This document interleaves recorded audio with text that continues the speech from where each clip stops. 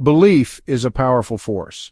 It shapes how people see the world, how they interpret events, and how they explain away contradictions.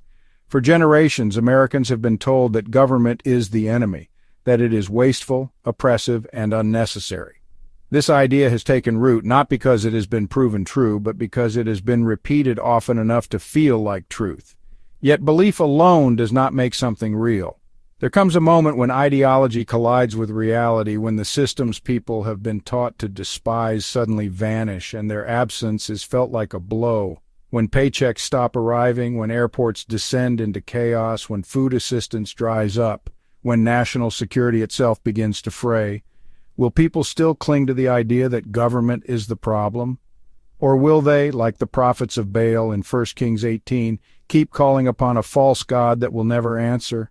History teaches us that most will not abandon their beliefs easily. The prophets of Baal cried out for hours, slashing themselves in desperation, refusing to admit that their God had no power. Their faith had become too deeply entwined with their identity. And so it is today. When the government fails, the true believers do not question their assumptions. Instead, they chant louder, insisting that if only government were smaller, if only it were gutted even further, all would be well. But as Elijah demonstrated on Mount Carmel, some reckonings must be forced. Some illusions are too deeply embedded to dissolve on their own. And when a society stands at the edge of self-destruction, waiting for people to wake up is not enough. The moment must be made undeniable. The fire must fall. In 1 Kings 18, the Israelites, swayed by political and religious leaders, had embraced the worship of Baal. Under the influence of King Ahab and Queen Jezebel, they had convinced themselves that Baal was a source of power and provision. But Elijah, the prophet of Israel, challenged this assumption. Confronting the prophets of Baal on Mount Carmel, he declared a test: whichever god could send fire from heaven to consume a sacrifice would be proven real. As the prophets of Baal cried out for hours with no response, the Israelites were forced into a moment of cognitive dissonance. The God they had placed their faith in did nothing. The altar remained cold. This moment mirrors what happens when an ideological narrative meets a real-world test. Anti-government rhetoric has long been a dominant force in American politics, pushed by politicians, corporate interests, and media figures who benefit from portraying government as the problem rather than the solution.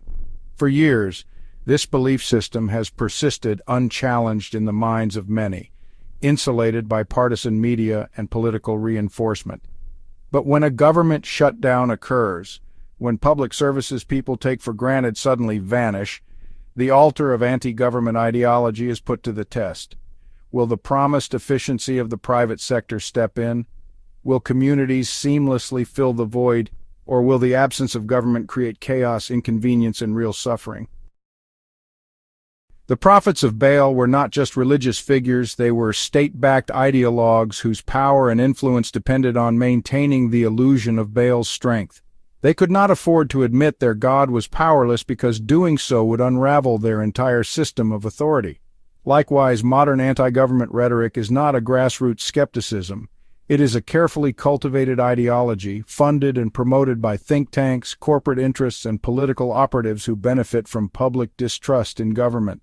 Deregulation, tax cuts for the wealthy, and the privatization of public services are all justified under the banner of reducing big government, even when history shows that such measures often lead to disaster.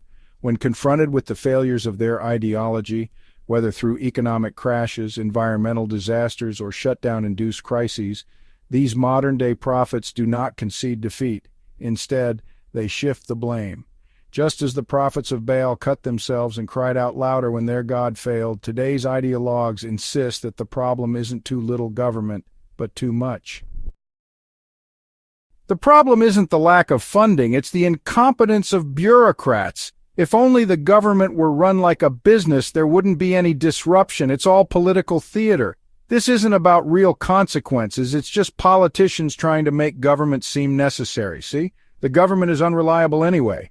If a shutdown can disrupt services, then government can't be trusted to provide them in the first place. This is how the cycle of deception continues. Every crisis caused by government dysfunction, whether through shutdowns, deregulation disasters, or economic turmoil, is twisted into further justification for dismantling the very institutions that provide stability. Just as the prophets of Baal refused to abandon their false god, those who profit from anti-government ideology will never concede that they were wrong. Instead, they will demand more sacrifice, insisting that the failure proves they must go even further, and if the public does not see through the illusion, they will continue chanting for a God that will never answer. At Mount Carmel, fire from heaven was the undeniable proof that shattered the illusion.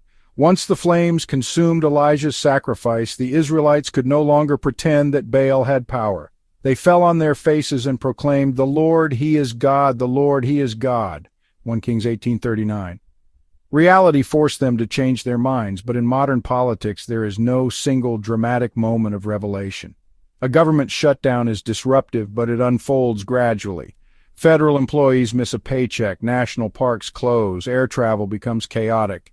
The suffering is real, but it is not cinematic. It lacks the fire from heaven moment that forces an immediate reckoning. And in the absence of a singular, undeniable event, ideological actors have time to spin the crisis, to fragment reality into competing narratives, ensuring that no consensus is reached.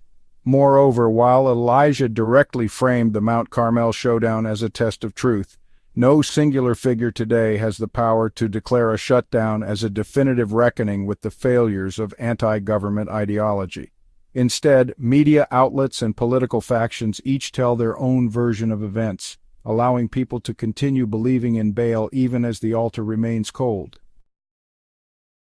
Shutdowns, while disruptive, are temporary. Eventually deals are made, funding is restored, and people move on. But what happens if efforts to dismantle government continue unchecked? If ideological hostility toward government keeps eroding public institutions, there may come a larger, more permanent reckoning, one that cannot be spun away by talk show hosts or think tank-funded narratives. At some point, the fire from heaven will be undeniable, a financial crisis that private enterprise cannot fix, an infrastructure failure so catastrophic that no spin can cover for it, a security disaster where the absence of governance leads to real, undeniable chaos. When that moment arrives, will people recognize that they were deceived, or will they, like the prophets of Baal, only chant louder? The question before us is not whether a shutdown will cause suffering, it will.